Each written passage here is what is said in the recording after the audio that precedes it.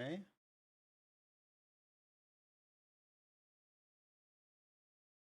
There, I guess. Probably over here is better. Check, check, microphone check. Anybody out there? Good. Listen, I think Discord goes into streaming mode every time I don't want it to. Never when I actually want.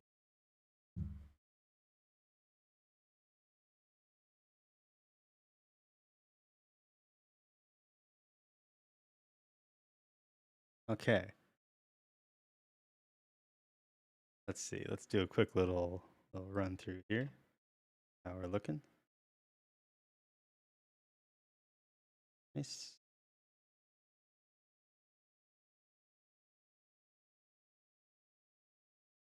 Nice.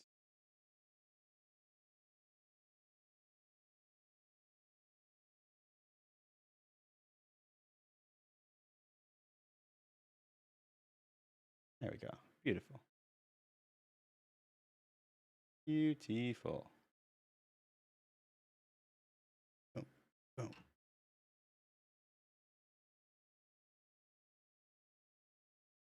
Okay, welcome folks to a special edition of MicroCinema 4K. If you don't know, MicroCinema 4K is a project to do the best live streaming microscopy in the world. Yeah, that's what we're going to try to do today. What's up, Numarski? Welcome in. Hey, Val.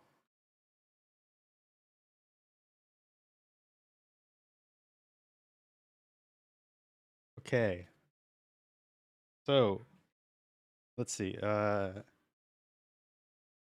got what that looks like. There we go. All right.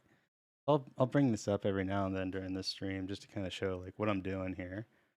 And essentially, I've got an oil immersion dark field condenser. And this is an Amscope condenser. I can't remember which model it is, like the A600 or something, 6600, something like that. And it just happens to have, probably because someone in China just copied it. It happens to have the exact same dovetail as Olympus condensers. And so you can just kind of pop it in there and it works just fine. One second. Let's see. Yeah, that's fun.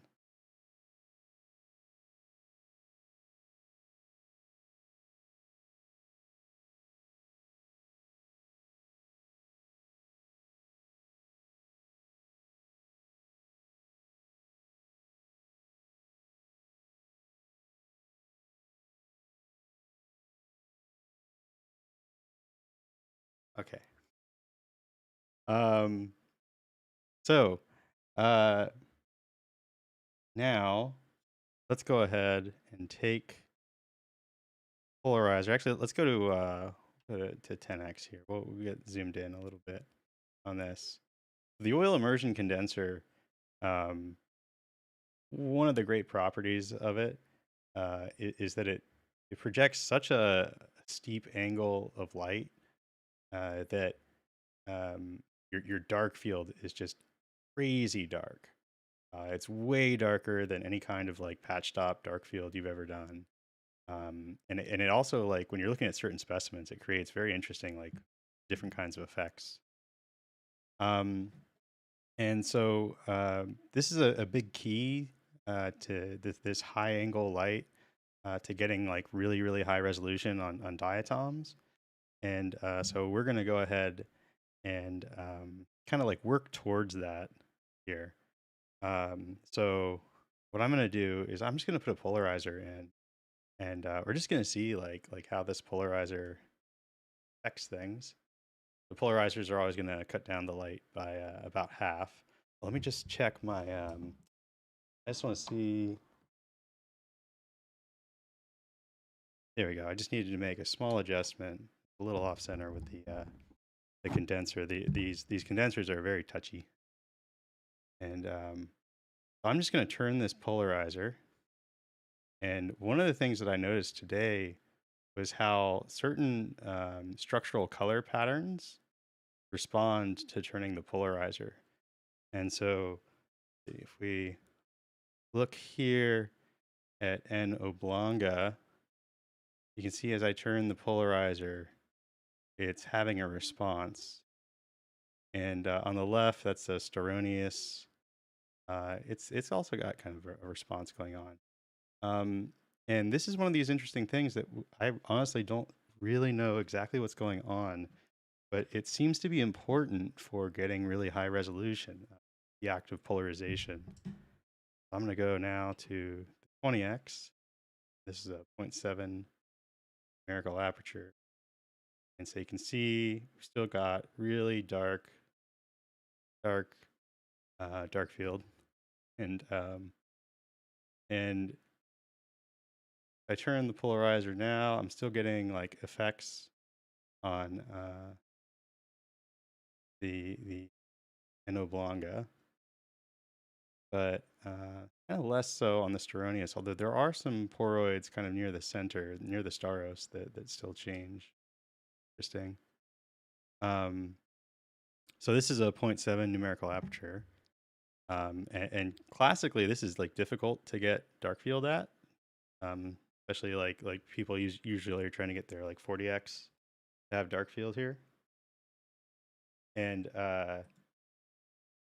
but now I'm going to go to something that almost nobody would ever be able to get dark field at, which is my 40x S-plane apo, and focus that down.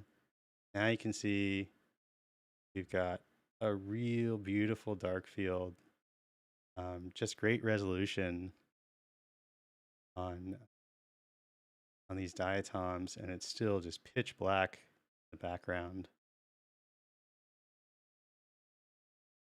And so this is like what oil immersion dark field condensers get you, is this really intense light, that intensely angled light that allows you to use dark field condensers, or sorry, it allows you to use high numerical aperture lenses with dark field. And then something else that's really interesting is so this diatom test slide, it's recommended that to resolve the lineolae. Oh, hey, Mike Goyette, are you Michael G? Good to have you here. It's recommended to resolve the lineolae of this Naviculo oblonga, to do like oil immersion, like double oil immersion and stuff, like go to a high numerical aperture lens. But if you look closely, you can already see we're starting to get some lineolae. So the lineolae. Sorry, I don't have like a. I need like a laser pointer in OBS or something. So the striae are the kind of finger-looking things that go up and down and are all kind of like pointing towards the center. And then the striae are actually composed of lineolae, which go across each striae. There's a bunch of little lines, basically little linear pores. And if I put a polarizer on, I'm going to just bump up the exposure here, and I twist this polarizer to be aligned with the left striae. I can actually pull out. I'm not using any analyzer up top. I'm just using a polarizer down below. You can see it kind of pulls out some lineolae. And if I go the other way, I can kind of barely maybe get something there. There's some that look kind of like ghost lineolae. But what's just interesting to me is that like already here at 0.95, you're able to get some lineolae resolved. And these lineolae, there's kind of a confusing claim in the. It was confusing for me. It actually makes sense now that I think about it more. Um, but in the literature for this test slide, they are saying that the lineolae were spaced like by like 140 nanometers or something like that. So like theoretically, you shouldn't be able to see them yet with a 0.95 numerical aperture lens because you're at a diffraction limit of something like let's see, just under 300 microns. But that actually makes sense because the lineolae themselves are spaced by about 300 microns, but they are um, the width of them, the width of the slits themselves is actually less than 200 nanometers. So what we're going to do today is really try to like bring out the width of those. So the first thing I'm going to do is actually go to cross polarization here, and that's going to see if we can see if that gets us anything here. Maybe it's honestly it's not too helpful here with the 40x. I'm gonna bring my stuff back down, and then I'm gonna bring table down, and I'm gonna switch my 60x into place, and I'm just gonna come in the back here, pop a little bit of oil down. I think I got a little oil on the 40x, not a big deal. Just on the side of it. Okay. And now we'll just raise up, dunk. You can't see it. Let's see it. So I can see it. It'll turn on real quick once I dunk into the oil. There it is.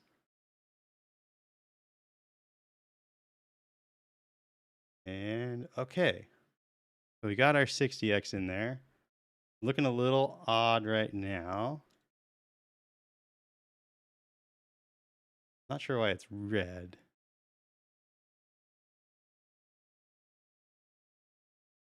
Why are you red? Oh, maybe. Oh, I know. I know exactly why it's red. Hold on a second. I forgot to do an important thing. I forgot to. Let me switch out my kit a little bit here.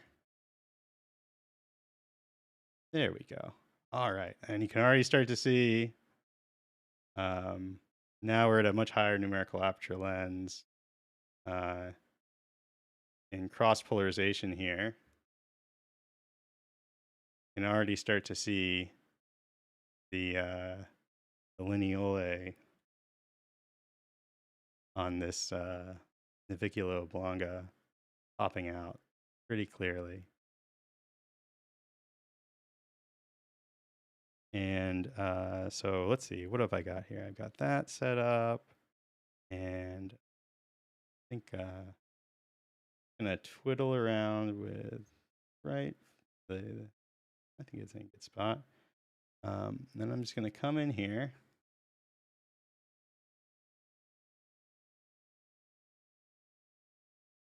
with a wave plate, and I'm gonna change my OBS LUT. No, that one's this one.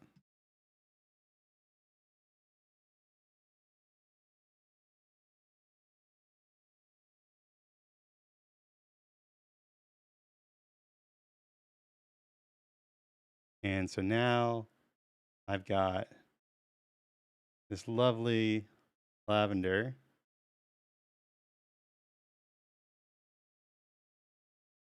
And I'm getting some nice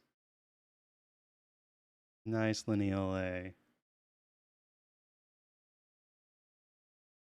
on this frustule. And I think I need to come in here, and that down. This is a tricky little setup here I've found.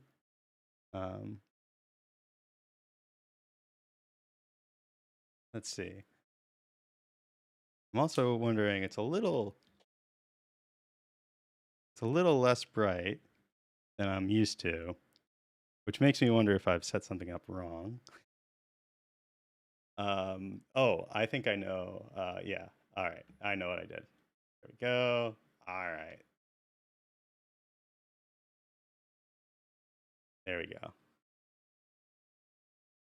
Just had to change my picture profile.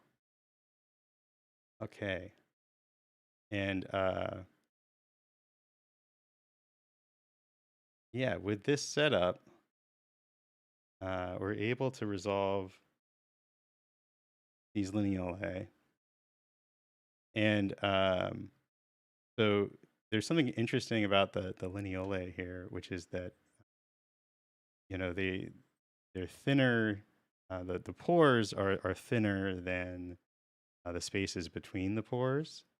So it's kind of hard to like figure out like when you're really perfectly in focus. Um, but theoretically, those gaps are less than the diffraction limit, um, as laid down by Abe. And if we come over to this pinularia, we can see some other fine structures. We zoom in, we can just barely make out in the striae of the pinularia um, some little structure. Let's see, let's bring this down.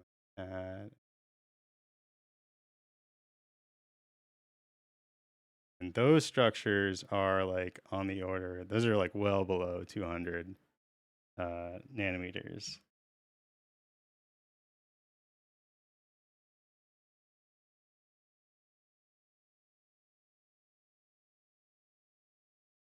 So I'm not really doing anything with the wavelength that I know of. I'm basically just, I mean, the wave plate's just straight up because it looks kind of nasty without it. I don't know why it's red. What is up with that? I feel like I forgot to do something. Okay. Yeah, that's like, huh. Ooh, there we go. That looks closer to what I had before. So anyway, I want to go to a different slide now. We'll go to my Strew slide, and we'll just look at some other diatoms that are on that. That thing's full of diatoms. It's pretty cool. We can probably see some like structural color on some stuff. Let me that. Okay.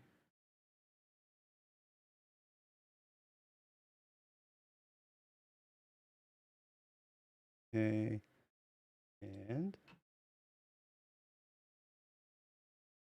so the thing about going to violet, yeah, I'm not exactly sure how it works because, like, you know,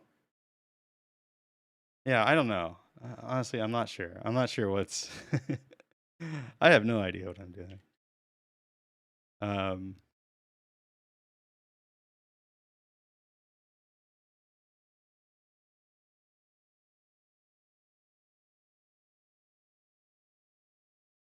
okay. Let's look at here. All right, this takes a second. I just want to. Why are you so green? Because of this.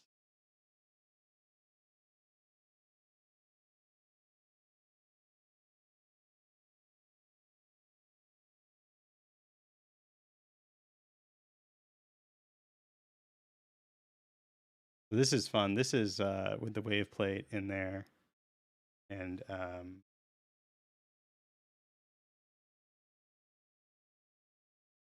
now we're in dark field with the wave plate, kind of twisting up the polarization, and you just get these like really cool color effects. Um, Yeah, theory. It's a good thought on the. So honestly though, I think I get the best results when I'm without the wave plate. I think the wave plate is a lateral move, and then if you go too far, you get worse results. Um, so let's see these diatoms here that have kind of the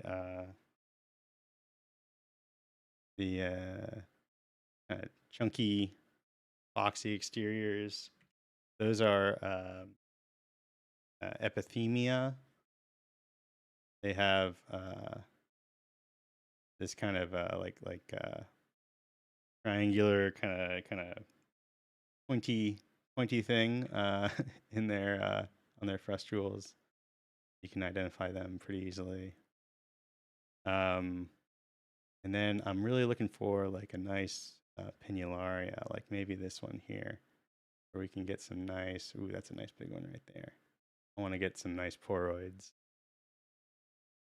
So I'm gonna go back down. I'm gonna oil the slide.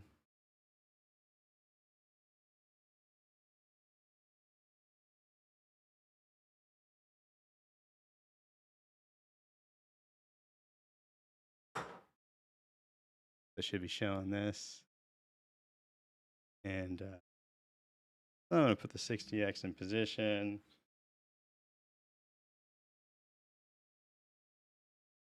And then just come in. And there we go.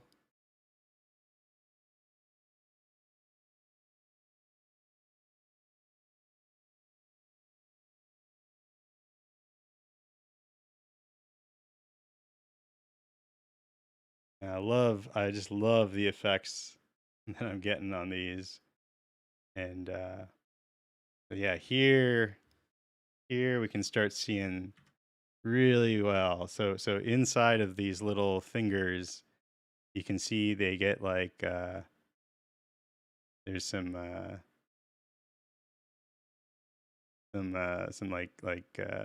dots, some little like undulations, and those are poroids. I should have gotten some like SEM images to show in comparison with this. Um, those are really tiny. They're real tiny. And so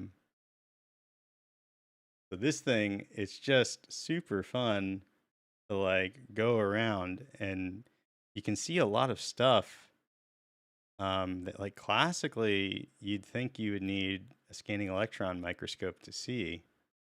Once again, we've got our poroids there.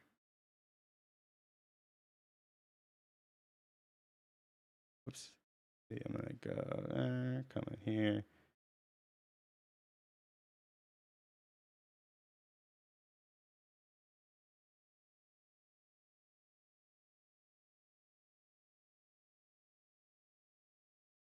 We've got there. Yeah, you can see all these little poroids in the frustule.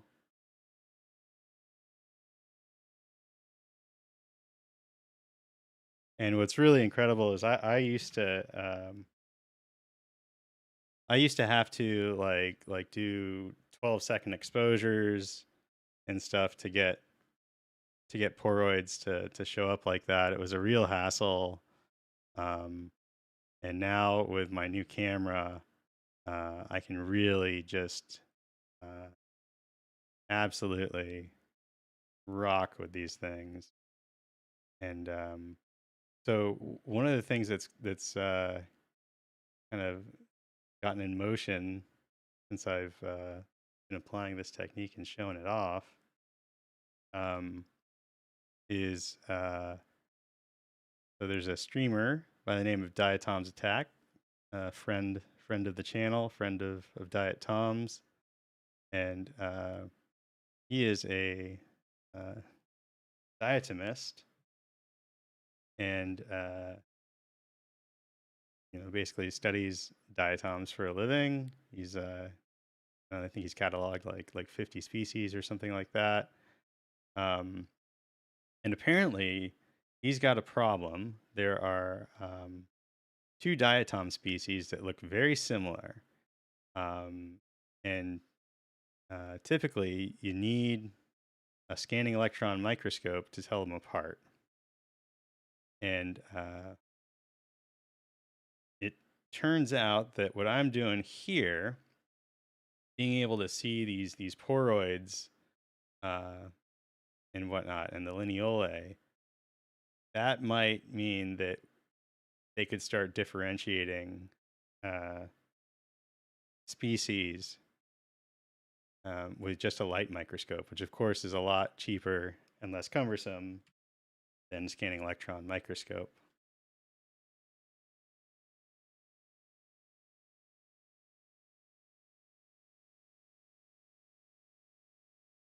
I'm going to go the other way with these.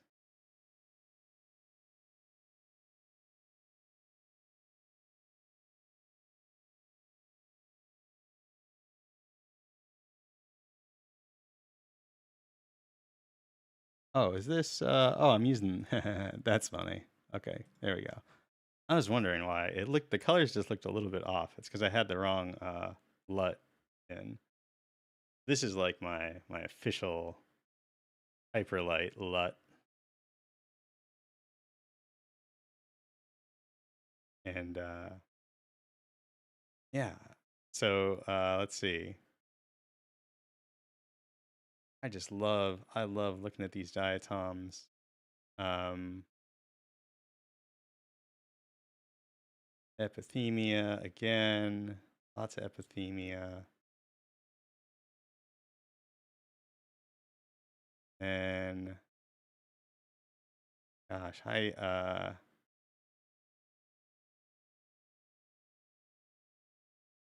yeah, I think are these so one of the issues that you have when you're trying to use the light microscope to figure out features is that they can kind of, depending on how you focus, they can kind of shift on you and look like different things.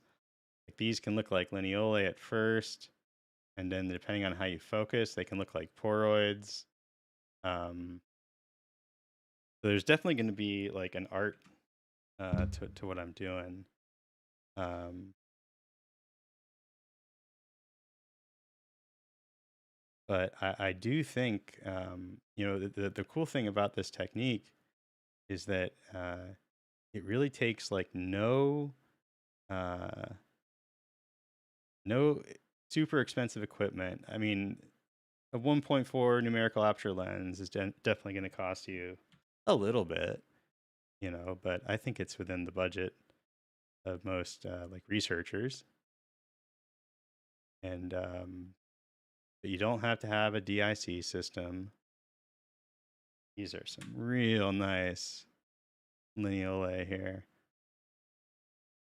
And the lineolae, if you look at them under the scanning electron microscope, so they're spaced by about 300 nanometers, and then the lineolae themselves are about 100 nanometers wide, maybe a little bit more than that, maybe like 140, and then the rest is the spacing, the silica in between. So one of the things I'm always looking for is like, okay, do these actually look? Do the lineolae, do the dark parts look thinner than the bright parts? And I would say, yeah, I think so. I think it's pretty close to right. I'd probably need to like pull up ImageJ to really do it justice, but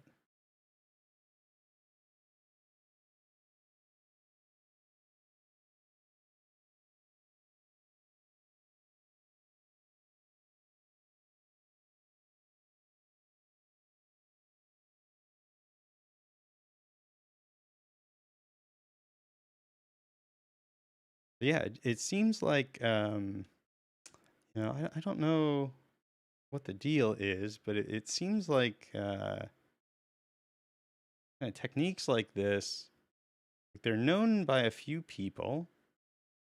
Um, oh, here's a good one. Yeah, but it seems like they've kind of fallen out of favor. Yeah, here's a great example. Okay, yeah. Yeah, this is when I was looking at the other night. So to me, this looks like the striae have like little staggered poroids, and so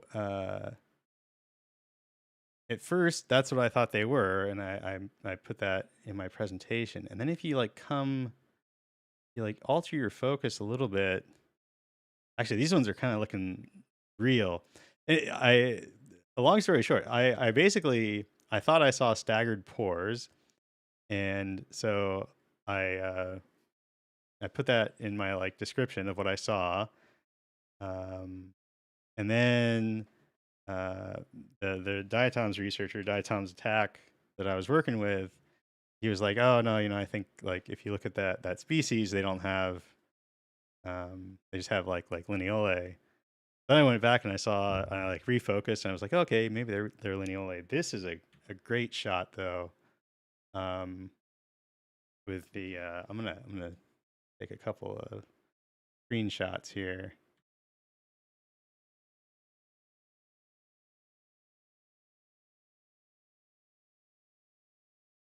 Oh my goodness, how did I screenshot? There we go. Great.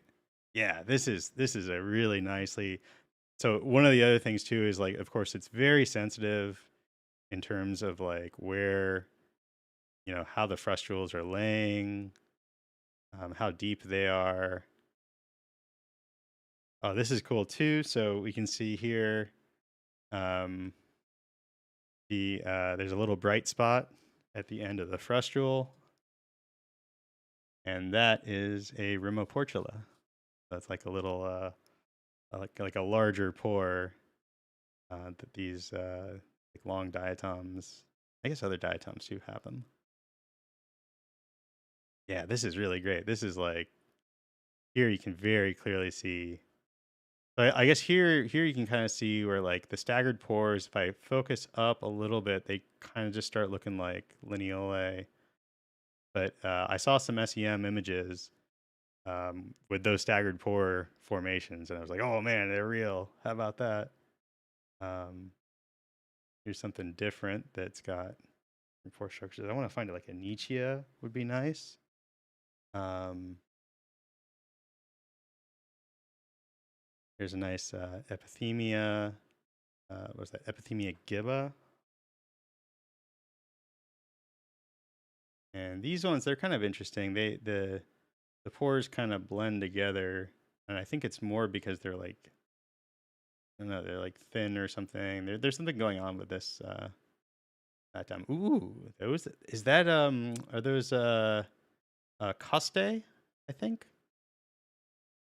Oh, that's really cool. Actually, I've never seen that. I've never like focused just perfectly like this before. I think those are costae, which are like they're kind of like the ribs of epithemia.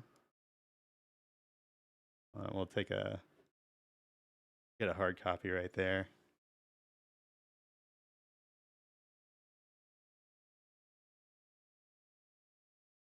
So yeah, again, what's interesting about this technique is that uh, you know the big star of the show is that costs money is the 1.4 numerical aperture lens, and it will work with a 100x or 60x. I'm using a 60x because better for 4K, kind of pack more detail in. But either will work, and could be argued that 100x is better, um, honestly, for this kind of work. Um, so this is was it Ulnaria capitata? I think is the name of this one. Hold on, let me pull up my folder where I was doing diatom identification. Sort by view details. Yeah, Ulnaria capitata. The capitata has this kind of, I think it's cap. I don't know. I don't know. Now I'm tripping myself. This is why I need diatoms attack in here. help me. I've been teasing him about his microscopy skills. I'm like, yo, you guys don't even know how to use a light microscope properly. And he's been teasing me back about my lack of knowledge on diatoms.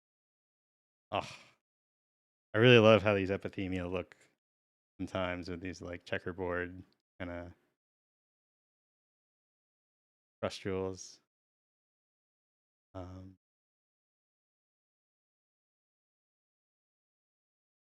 but I think really what the cool thing that I'm doing here. So HyperLight, I kind of dubbed this. I gave this the name HyperLight, which is sort of a nod to ultra microscopy, which is like what they used to call like super um, high numerical aperture dark field imaging.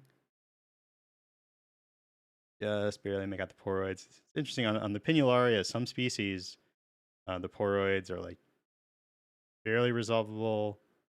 Some of them, they're not resolvable at all. And then others, I'm hoping that we can find one. Some of them, they're like extremely clear. Um, and those are really cool to find. Um, maybe no, this is one that's kind of in between. Um, so yeah, so HyperLight. So this technique, I didn't come up with the technique of using like an oil immersion condenser and two polarizers crossed. That was in actually I'll show. Um, so this slide as well as the sort of my famous um, slide that is da, da, da, da, da. There we go. Um, my famous like rainbow diatom slide.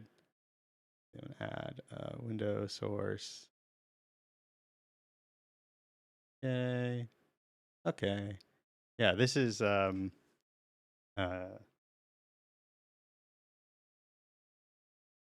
this is these slides come from this place in Italy, diatomshop.com, and there's kind of they give you these like instructions on how to resolve the diatoms. And so you go P nobilis, this is the final one. This is the pinularia. These are the hardest ones, those poroids. Oil immersion with a 1.3 or 1.4 numerical aperture. They suggest double immersion, polarized light, or immersion dark field condensers, which are what we're doing with polarized light.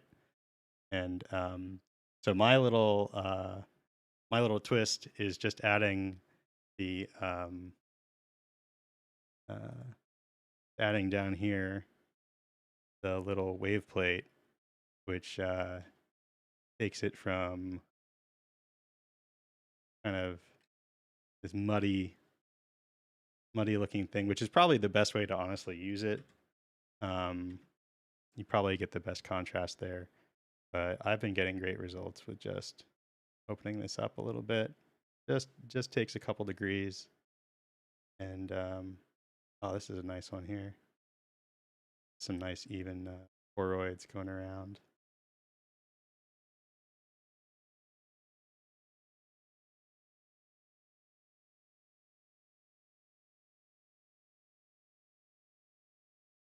See, we'll just scroll around until we see something real good to look at. Wow. And then I just love how, like, depending on how things are oriented, um,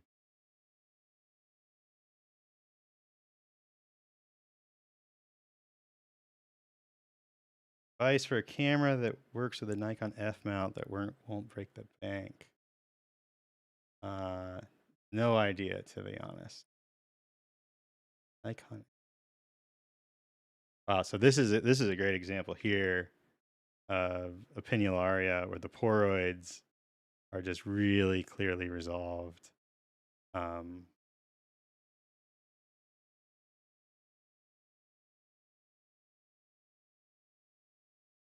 and do a little screenshot of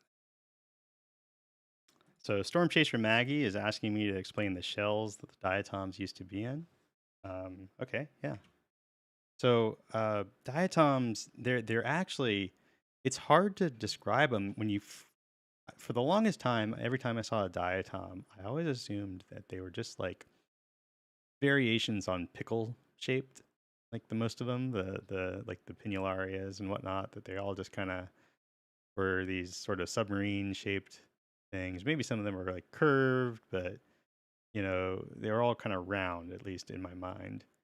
Um, but diatoms, they have this interesting structure where they're actually they're sort of capped. Like they have two valves that are kind of like U-shaped, and that's what we're looking at. We're looking at a bunch of valves here, and these are usually single valves. So some of them might be kind of sitting like this, and some of them might be sitting up like this. And then a diatom that's alive has two valves together, and depending on how they fit together, they can actually be quite different than you would expect when they're turned in different ways. Um, so most often you'll see diatoms, and most of the ones that we're seeing here are in what's called valve view. But if they're sitting differently, if they're sitting kind of 90 degrees rotated from that, that's called girdle view.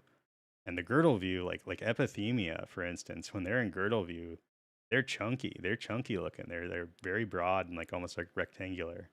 And again, these are the epithemia. So they really are like taller than you would imagine. Um, but yeah, so they're diatoms live in these glass shells basically, and when you're looking at them with a light microscope, you might get the impression that the shells are like solid, but actually diatoms, they need to breathe and take in nutrients and whatnot, and so actually they're usually covered in all sorts of like very intricate little pores. And so that's like here we're looking at Navicula oblonga, which is one of my favorite diatoms, and all these little slits that make up the striae, all these little tiny slits that I'm resolving here. Those are little pores that kind of connect to the inside of the diatom, the squishy cytoplasm inside of the diatom to the outside world, allow it to sort of exist and respirate.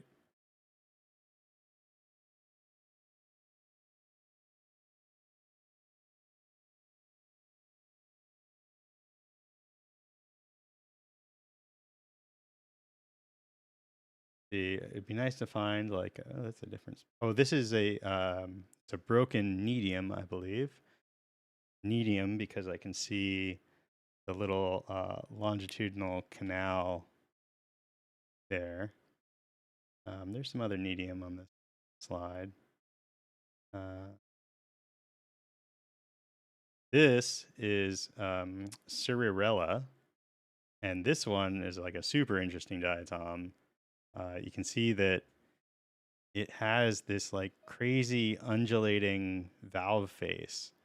I can never actually get it in focus like all at once. And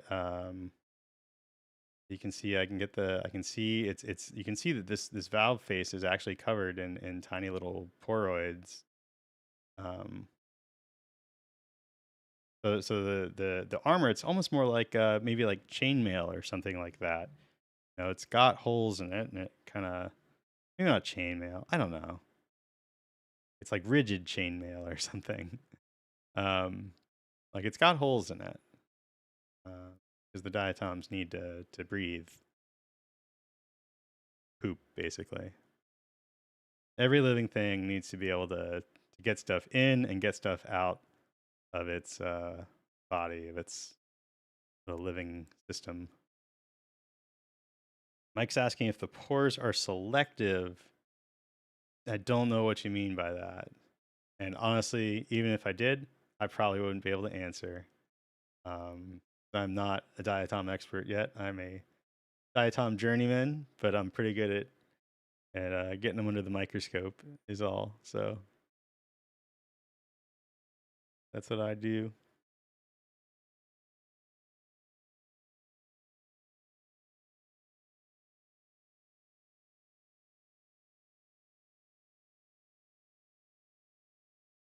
But yeah, if I had to guess of like how many people in the world know how to do this, what we're doing right now, like it'd be a very small number.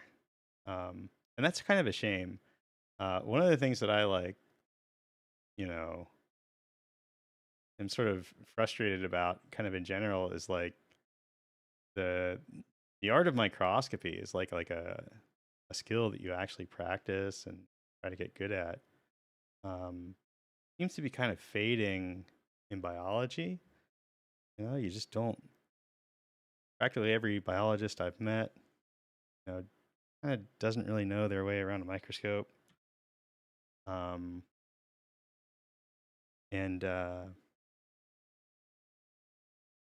it's just it didn't used to be that way. There used to be like these awesome biologists out there who are also like really great microscopists, understood how to like use the microscope to its full advantage, and then that art seems to have kind of died off.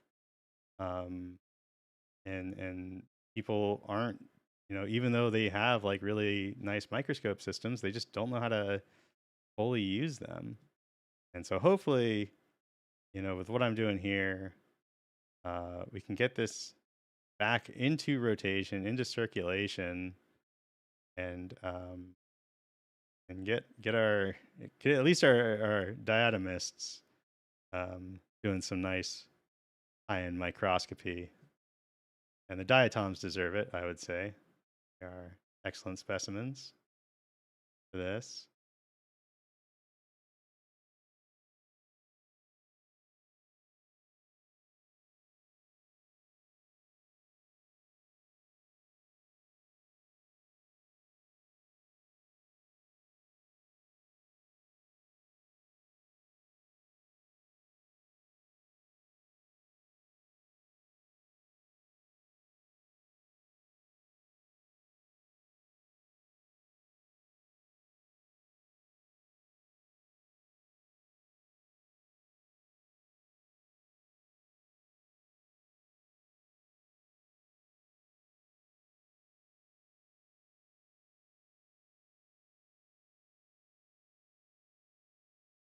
There's a nice big Pinularia. This is Pinularia streptorrhaphi, I believe,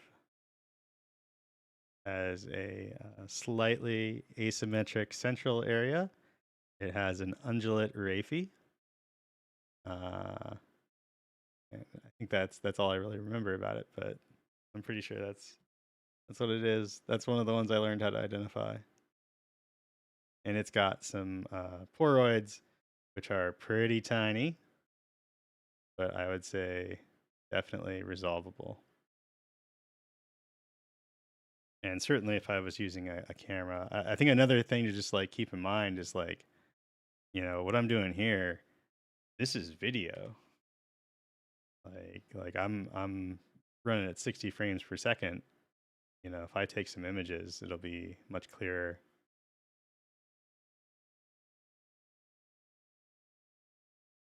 Oh, this is an interesting one here. This is like a centric diatom.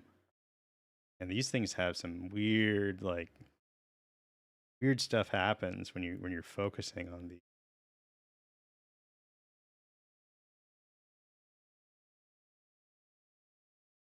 Get some strange kind of optical stretching effects.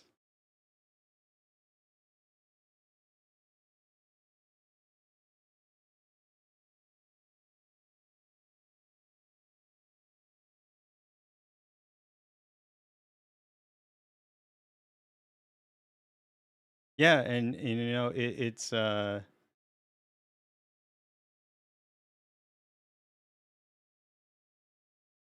shame because there's still like really good science to be done.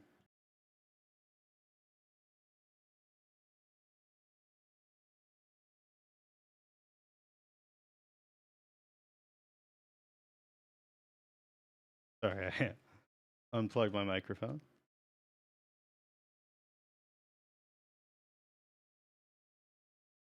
And but yeah, there's still really good science to be done um, with light microscopes, at least as far as diatoms go, and probably other stuff too. Another area of microscopy in general that can probably be explored more is just generally polarized light microscopy. So I have a video um, called Shinya Vision, and it's describes a technique that was patented in Japan in like I think the 1930s by this guy Shinya Inoue. And he was a real master microscopist and biologist. He really understood both biology and optics in a way um, that made him just better better than other people at doing his job as a biologist. And these are some real fine like poroids here. I guess this is probably like a Nietzsche. I think that's what these are.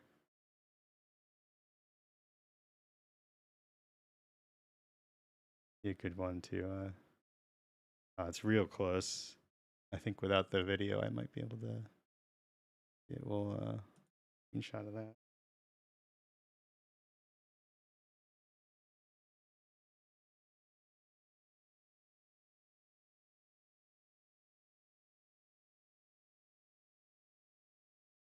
See.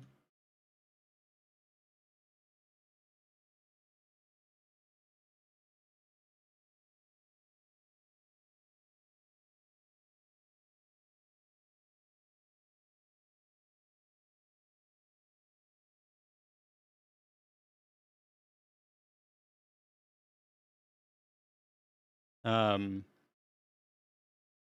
but yeah, so Shinya Inoue, he built a microscope, um, a polarized light microscope, and one of the things that happens when you, uh,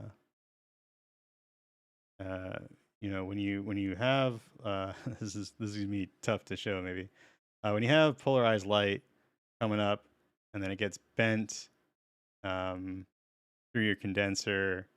Um, So if it's polarized in like a certain direction and gets bent, sometimes that polarization can be maintained. But if it's bent kind of like obliquely, then the polarization is lost. And that's why you get in polarized light, a lot of times you'll see like a black cross.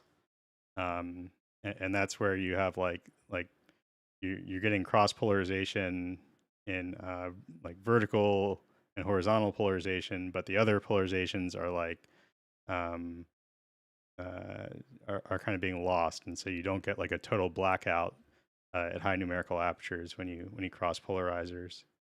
And so Shinya Inoue, he figured out this thing called the it's a nice Staronis. It's a beautiful one actually. I don't see as many of them on this slide.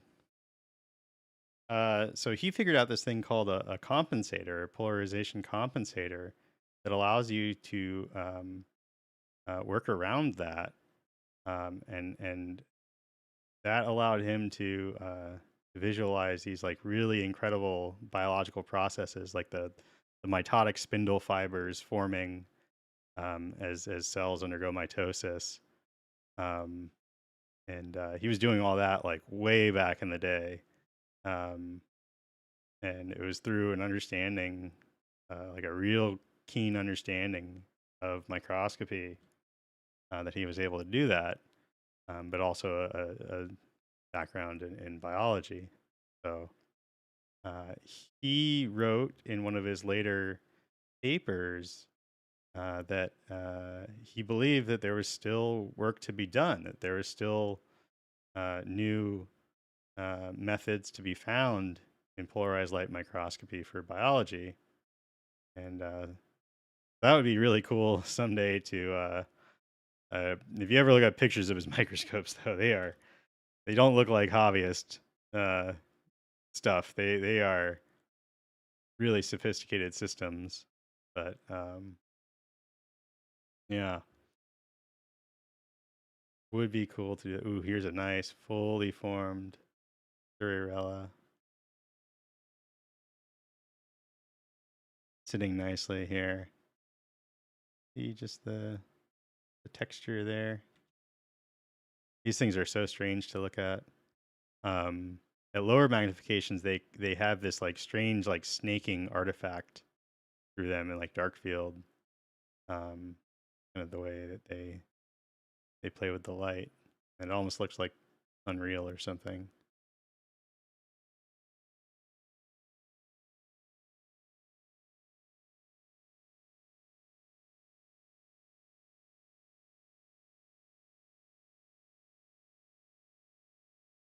Ooh, this is I don't know what diatom this is.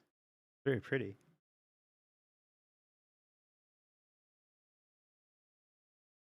Wow.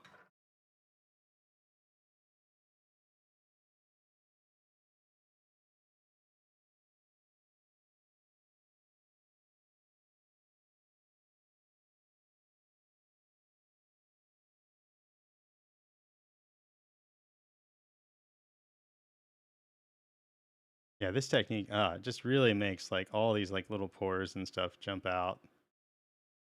Is this a whoa? What is this? Kind of looks like a is it a Cimbella fragment? It must be a Cimbella fragment. Cimbella have big old pores. No trouble seeing those with a normal microscope. And Cimbella are great diatoms just in general. A lot of people really find Cimbella to be pleasing, pleasingly shaped. They're pretty good. I'm not gonna lie.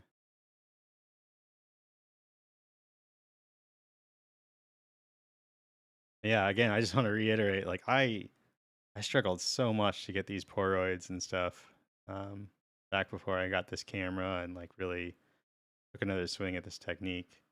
And now it's amazing to just be able to like zip onto them.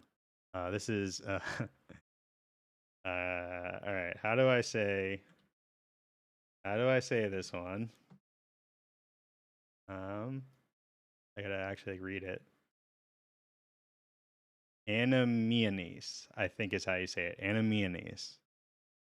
These have pretty interesting frustules. Yeah, they kind of look unusual compared to a lot of them. They have that kind of like those lines of pores going along their aphe. There's another star anise frustule. I have a new diatom test slide coming with like the arranged diatoms. Um, and then I have uh, I got four more Strew slides coming. These are they're from Japan. I think it's like a fossil diatom repository in Japan, and I'm really excited. Those look like they're going to be a lot different than what I've got on this slide.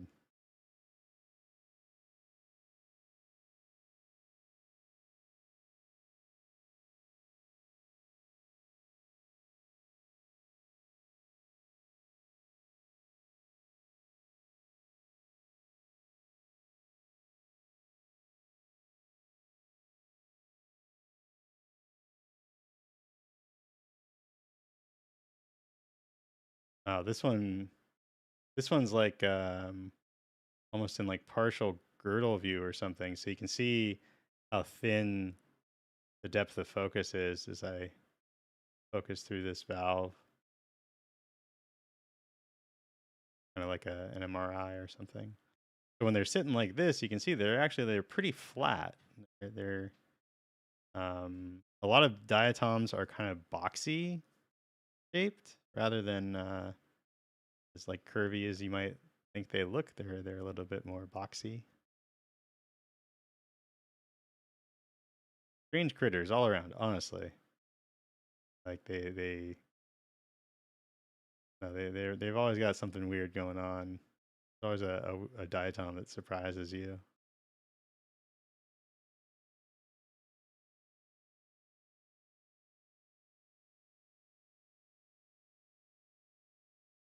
Okay, I'm gonna try something now. I want to go to a wet slide and see if we can't see what this technique kind of looks like um, on some critters.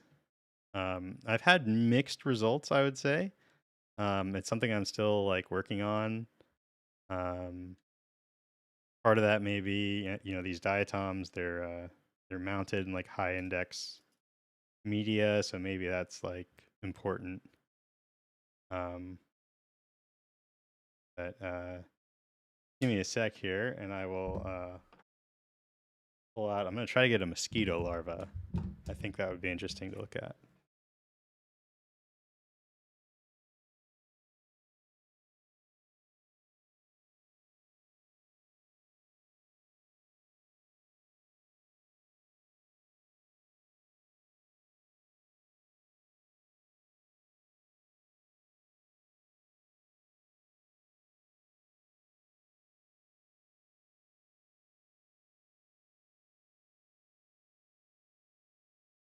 And we'll try it in a deep well slide.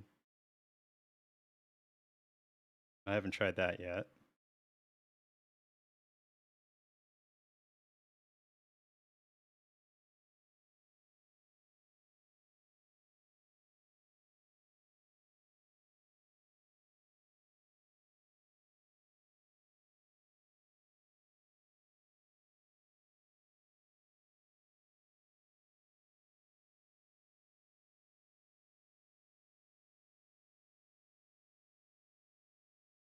Okay, we got a couple little critters on this one. And we'll see. I suspect so. One of the nice things with polarization, one cool effect that you can get is that muscle fibers will often behave. They'll have like a strong polarization response that kind of changes on like how they're flexing and how they're pointed. And then the other thing these mosquito larvae have are these really cool vasculature systems, and so they've been showing up pretty good. Okay, now I just got to get it kind of crush them if I put the cover slip on. Come on, come back this way.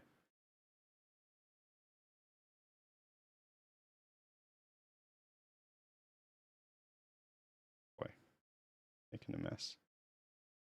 Making a mess. Okay. I think we did it though. We just kind of went for it.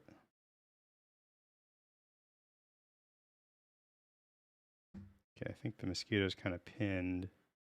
Wouldn't be a bad thing.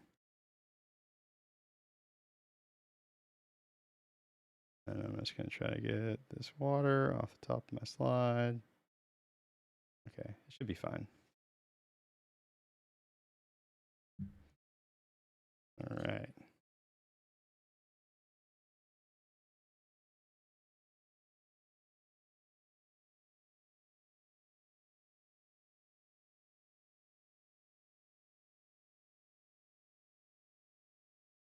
All righty.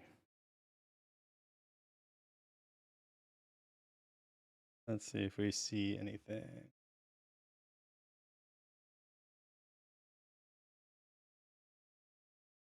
Ah, yes. A little dark. It's a little dark.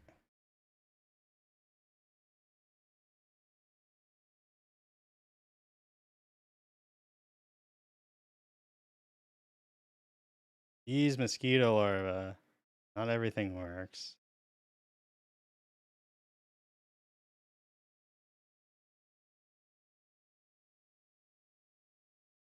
Let's see. I'm going to try. What if I go to my filters here and I use this one instead? Yeah, how about that?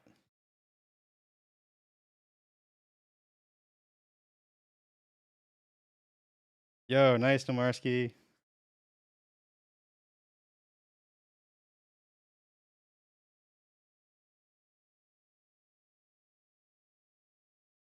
I posted a photo the other day uh, of a mosquito larva using this kind of illumination technique, and you can see just the vasculature.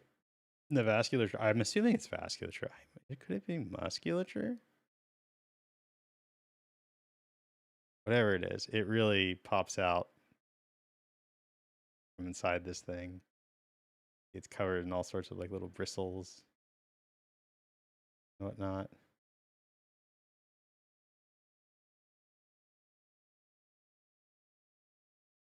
And also somewhere we got like a copepod.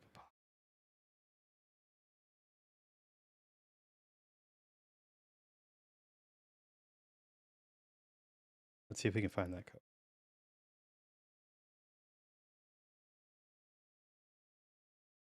Got some kind of speedy little ciliates. Got a bubble.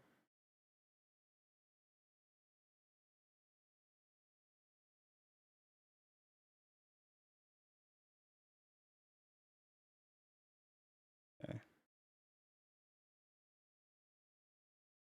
I want to see. Uh-oh.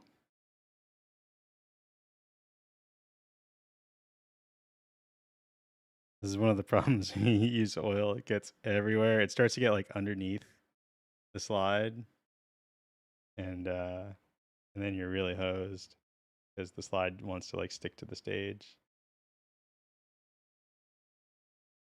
And now where'd the mosquito larva go?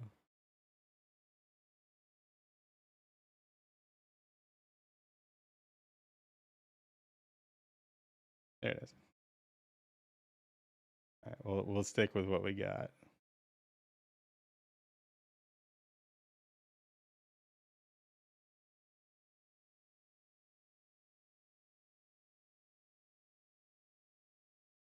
So again, just like one of the really nice things about these oil immersion lenses or condensers is you can just, I mean, you get such strong results. Wow. Yeah, this is the 20X.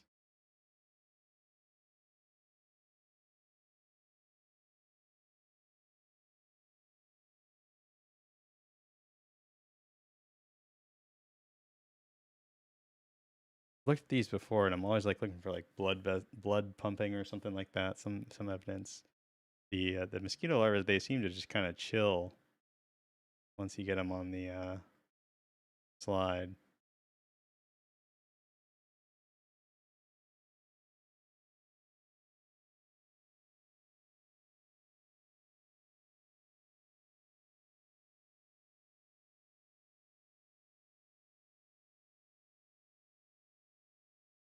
Little silly, it's visiting here.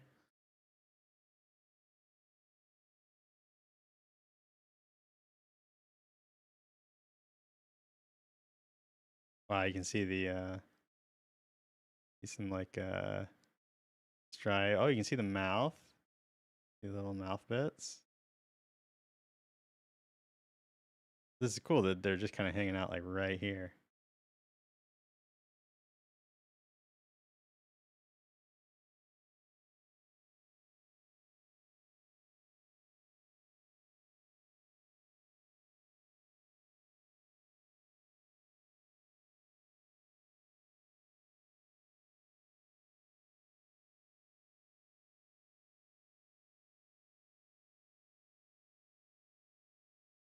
Let's go back to our computer here.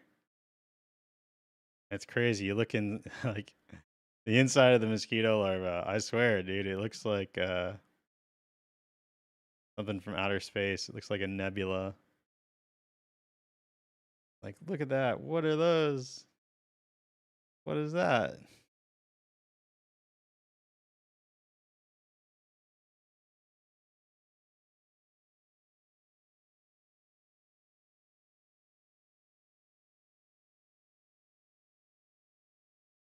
Got all the little fuzzy bits there.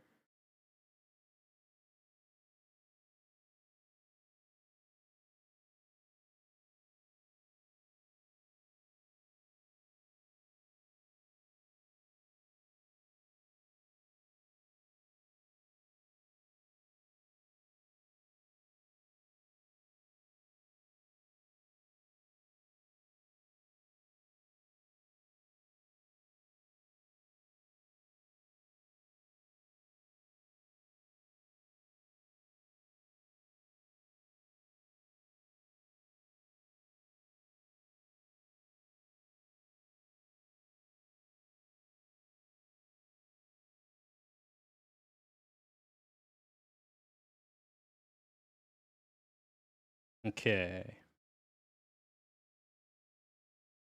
All right. Hold on. First, I'm just gonna use my eyes. I'm gonna see if I can see anything else swimming around on the slide.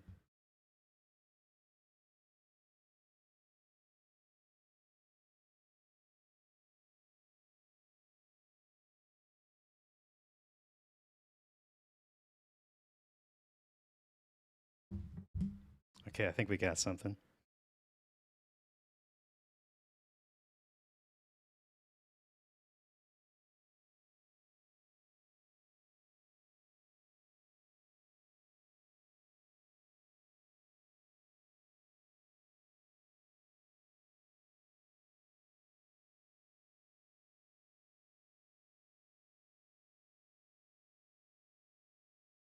Nice. That's a bubble. Hold on. Oh, I don't think it was a bubble that I was looking at. There we go.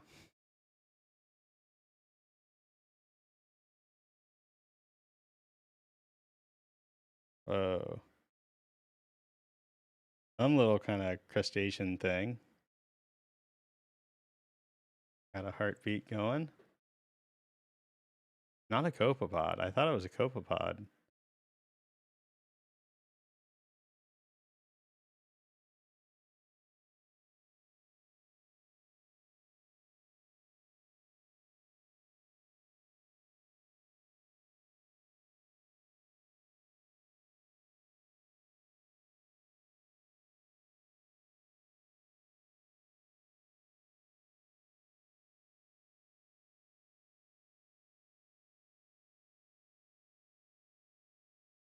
Wow.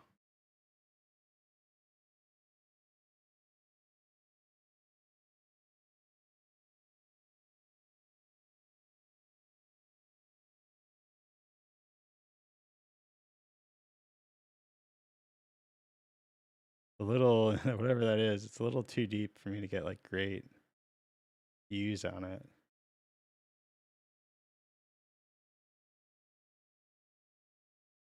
One thing I will say is I feel like when stuff comes into focus in this method, especially with like the 20x. Oh, hello. One's a little feisty. I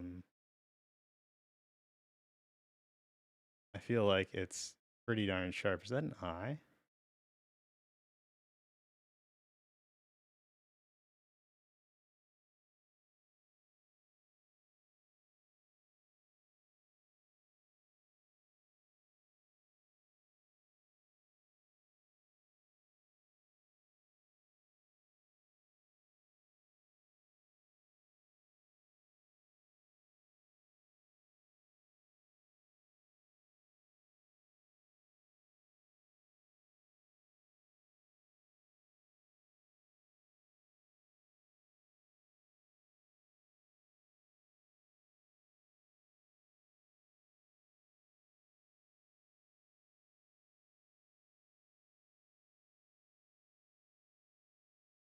Uh,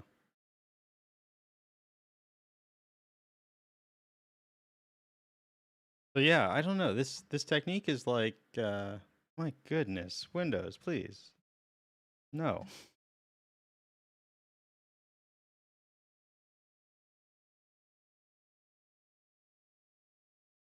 Whoa, hey, look at that. That's like a little hyper trick.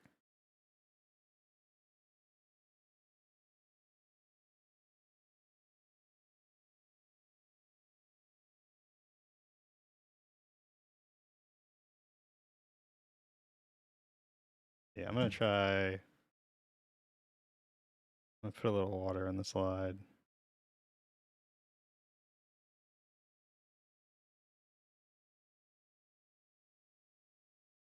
If that kind of revives this critter at all.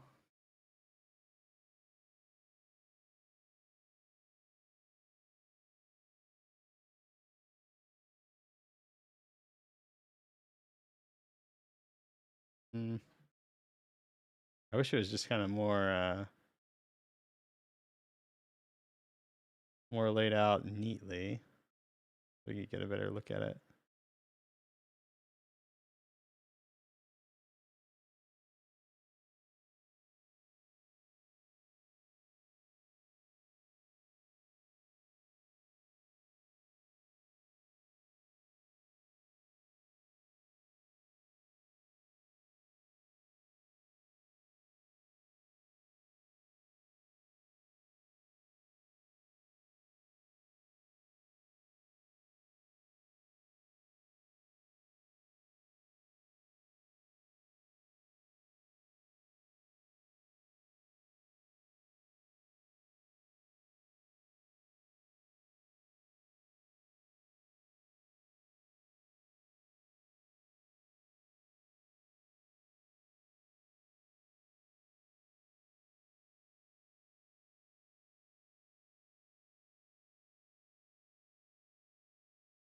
Man, it's been a minute since I looked through my stereoscope without the 15x ultra wides. Rough.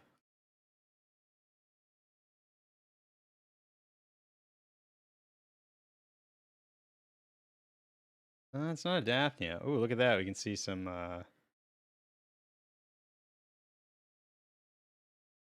There are some bacteria that have come to check this thing out.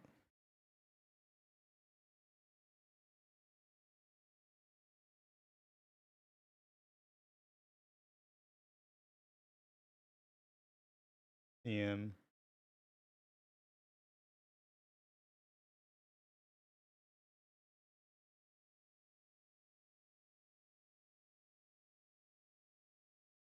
Just barely see them.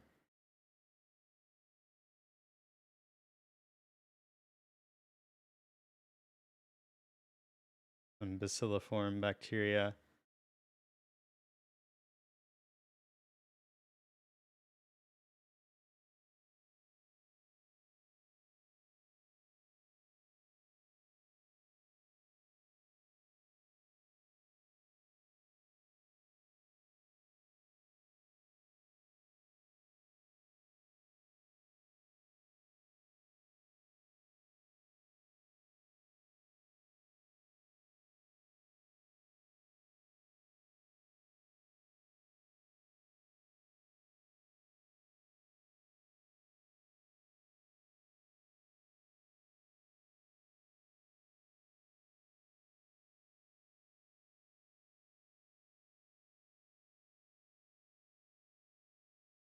Okay. I'm trying to get like a rotifer out of this petri dish, and it is not happening.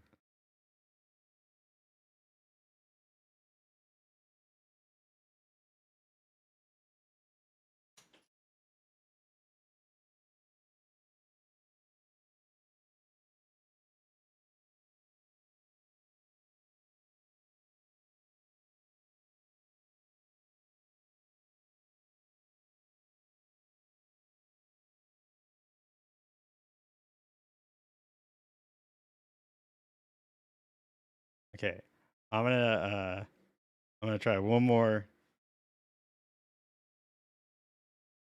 time. This petri dish here. We are on the struggle bus for sure.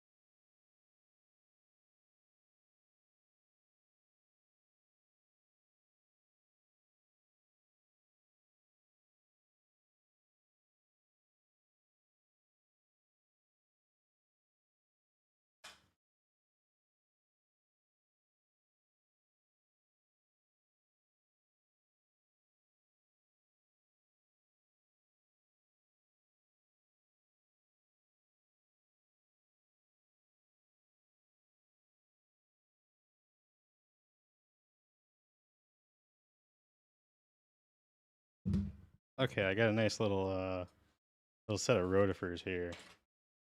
We'll check them out. Putting my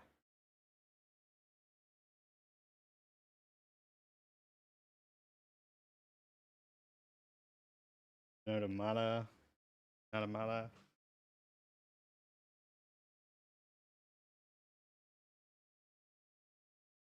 Sorry for the delay. We are still trying to get in the swing of like pairing slides ahead of time, having a plan, that kind of thing. Okay, I'll pop that guy off. I think I'm gonna put a little bit more oil on my condenser. Then a lot of slides. I will tell you guys, you'll go through a lot more Kim wipes pretty quickly if you start doing oil techniques.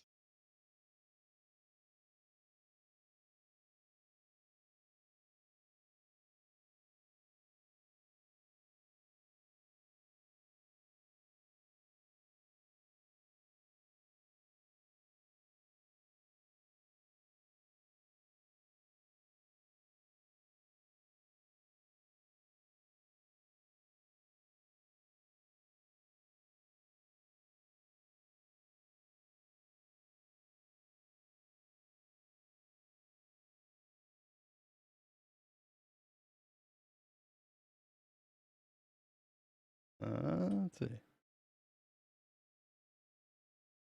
A hot pixel. I don't necessarily love that.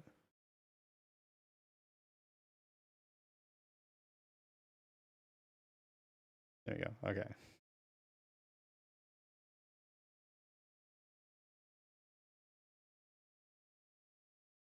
What in the heck am I looking at?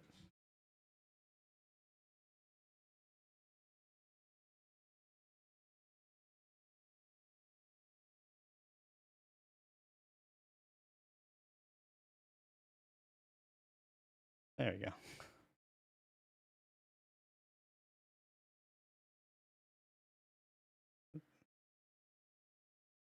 Kind of weird. That's a deep well thing. Oh, I'm dumb. That's all. That's all.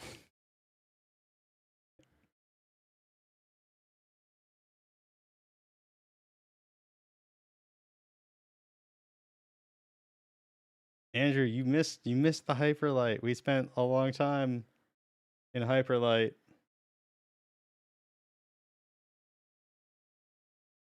Oh, yo, check that out. Uh-oh. Crazy. Oh, wow. Did not. Oh, this has the so this is the same rotifer that I captured in that video all those times ago. Notamata. And I said in that video it had like a really birefringent piece. And I think that's what we're seeing here is this like that yellow thing. Yeah, those are the same crystals.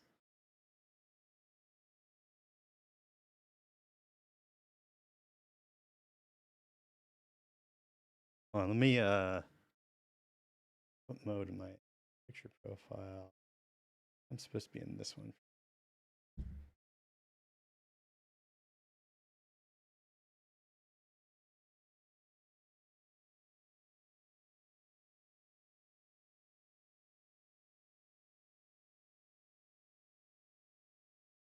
Yeah. Wow.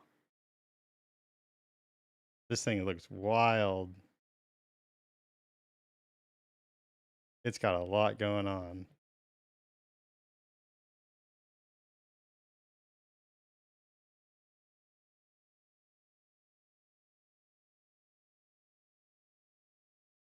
Nope, here's another one. Different species.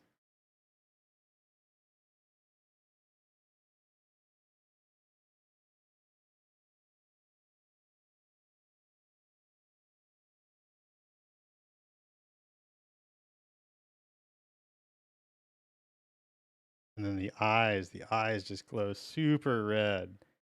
And I thought it was maybe just polarization, but it looks like it's actually they just capture the light really well.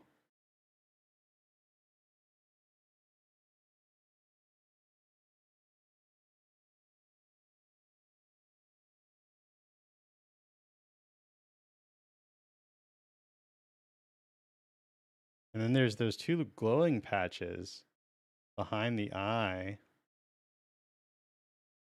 That's interesting. Those look like maybe they're polarization dependent. Yeah, wow, look at that back.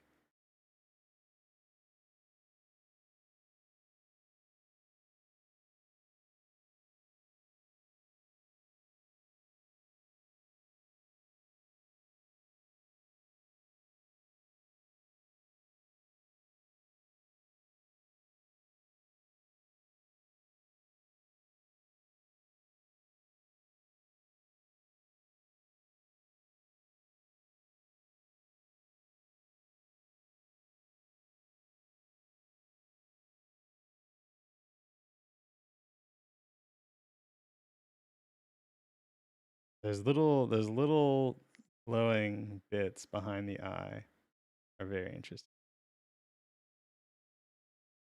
And then it looks like maybe there's some musculature, um, kind of that like horseshoe shaped thing that's kind of orangish. Oh, there it popped out its auricles. You guys see? Auricles are fire. Oh, this one, the hammerhead rotifer.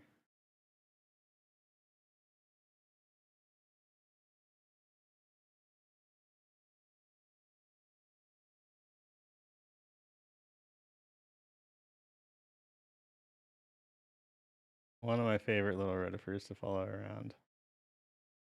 Always up to something. Oh.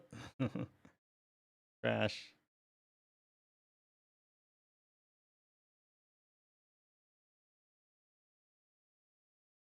Oh, there go the oracles. Yeah, it's swimming.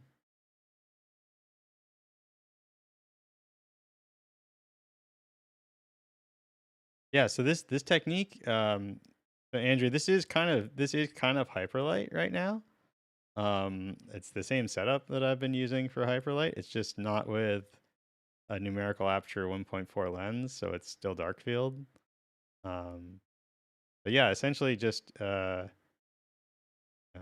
using a oil immersion dark field condenser, and then cross polarizing the light, and then to get like these nice little like kind of hues, just a wave plate to slightly just shift the hues and give it some fun rainbow colors. Wow. It really does show this organism is like so different looking. Hey, what if I put, what am I filter? Yeah, I'm on that one right now. I think that's right.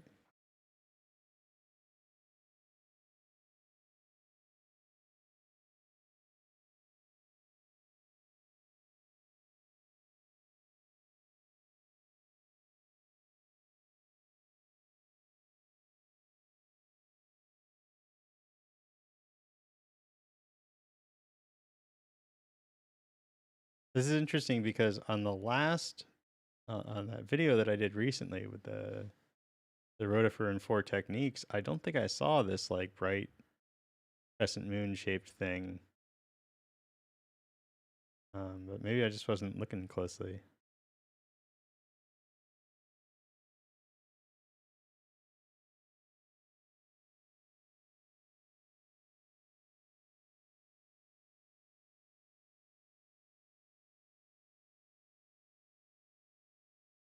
Whoa. Come on now. Stay still. What are these called? I've actually got pretty. So this is a petri dish that I kind of I had. It was actually the first time that I did the YouTube stream, like the debut stream. Um, I the last slide turned out to be really really great. It had a green stentor and these rotifers here that I really like. These are gosh, the Namatia or whatever. I know that's not the right word, but um, they have really interesting behavior. They seem to be almost social, like they hang out with each other and kind of like scoot around with each other. Um, almost they remind me of kind of like cats. They're not like super social, but they'll like they stick together, you know. Um, it could be, I don't know, maybe I'm wrong, but I swear I'm seeing that um, with these. Oh my goodness. I look at my slide and like I can tell there's just like oil between it and the stage table, like all over the place. Oh well.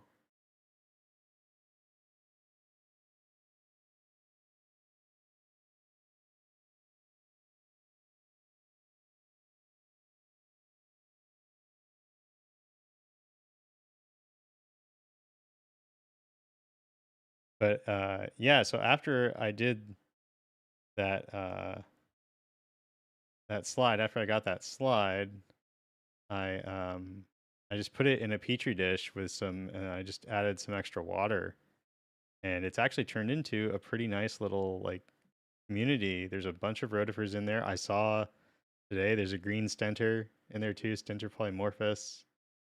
Um, so it's interesting, like, you know, sometimes you make this little like community on accident.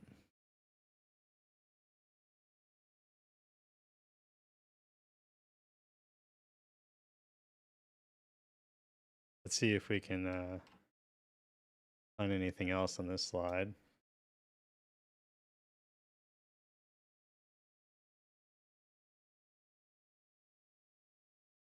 that a different one? No, it's the same one.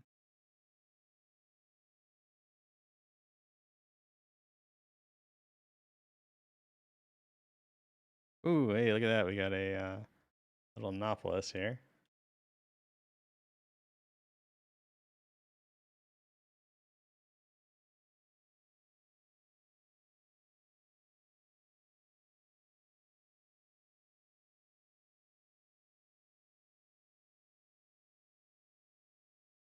And a nice glowing eye.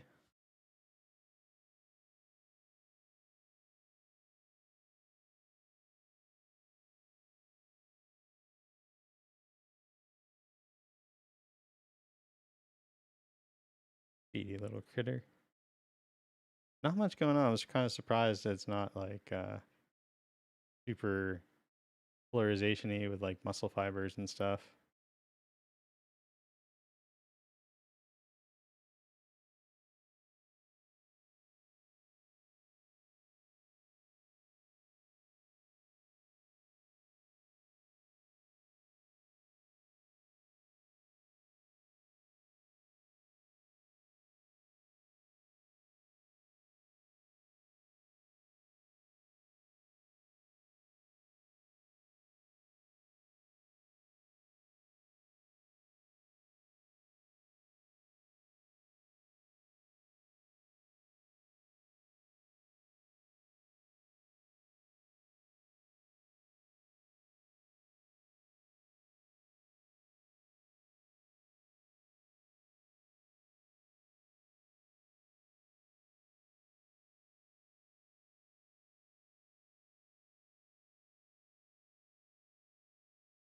I wish you weren't so fast. Problem is, so once you get oil in between the slide and the stage, it uh, basically adheres the slide to the stage, and then when you try to move left and right, um, the stage clip, the slide clip just opens instead of actually moving the slide instead of like pushing it around. Um, maybe I could like come up rig up a way to just make that not an issue. But I don't mind necessarily having to clean my stage table afterwards. It's just the I need to be able to like track stuff.